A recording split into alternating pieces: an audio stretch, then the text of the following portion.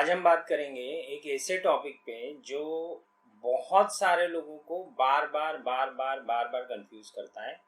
और वो ये है कि जब मैं ये बोलता हूँ कि पैसा, पद, पदवी या प्रतिष्ठा ये सफलता के सूचक नहीं है, तो क्या जीवन में कोई सफलता है भी? क्योंकि पैसा नहीं हो, पद भी नहीं हो, प्रतिष्ठा भी नहीं हो, पावर भी नहीं हो, तो आप किस वजह से किस चीज को आप सफलता बोल रहे हैं? या कि कोई डिग्री नहीं हो तो किस चीज को आप सफलता बोल रहे हैं?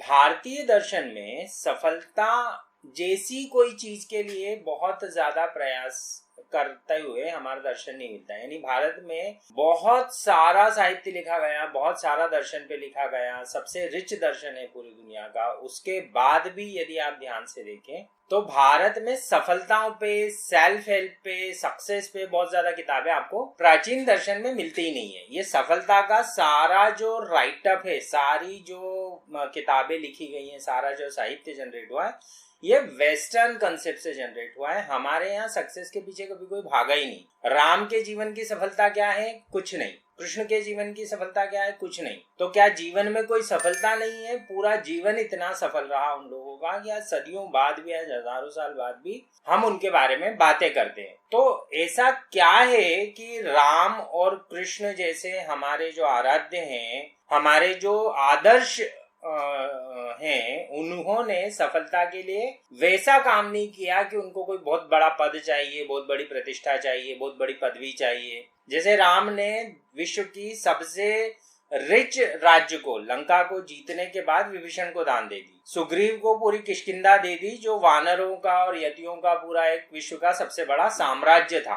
तो फिर ऐसा क्या है जिसके लिए राम ने काम किया? या कृष्ण ने पूरे जीवन ही कृष्ण का युद्धों से भरा पड़ा है, पर खुद के लिए युद्ध, मतलब मथुरा का राज्य भी जीतने के बाद 16 साल की उम्र में खुद ने नहीं रखा। आखिरी तक उन्होंने कहीं के राजा नहीं बने। लास्ट में जब द्वारिका का निर्माण हुआ तो उन्होंने एक ऐसा नगर बनाया जो पूरे विश्व में, मतलब इंद्रपुरी से ज्यादा सुंदर नगर उन्होंने निर्माण करवाया, और फिर वहां पे द्वारिकाधीश कहलाए। पर उसके पहले किसी राज्य को जीतने की कामना से कोई युद्ध नहीं किया, पावर में आने की कामना से कोई युद्ध नहीं किया, कोई पढ़ाई ऐसी नहीं करी जिसमें डिग्री लेने की कोशिश की या बहुत ज्यादा विद्वान बनने की कोशिश की। तो सफलता है क्या, ये एक बड़ा प्रश्न है। और भारतीय दर्शन में जब इन पे नहीं लिखा गया तो फिर भारतीय संस्कृति इतनी सफल संस्कृति, भारतीय समाज इतना सफल समाज कैसे रहा?